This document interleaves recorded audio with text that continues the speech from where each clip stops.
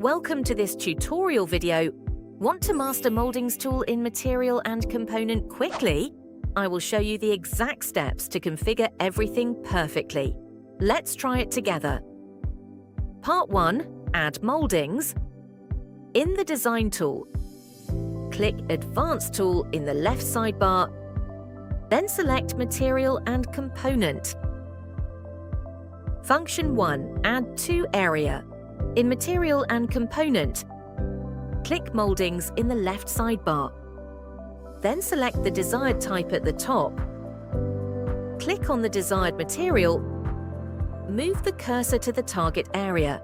The system will automatically pick the path line and highlight them. Click the left mouse button to complete placement. Function 2. Add to lines. Select the desired material. Hold down the Shift key and click on the required edge line. Then release the Shift key, choose the surface where you want to place the molding, and finally click the left mouse button to complete placement.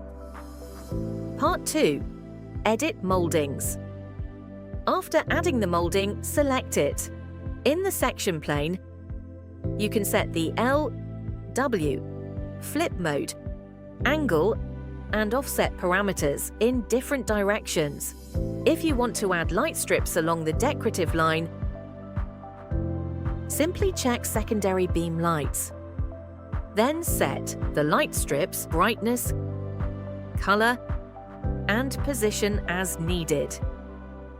You can also directly click on the light strip to adjust its brightness and color. In the Material section, you can modify the material of the molding.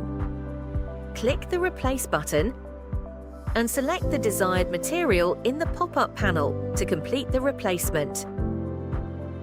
You can also set the material's angle, offset values, width, and height. If the configured parameters are unsatisfactory, you can click Reset and then reconfigure. That's all. Thanks for watching.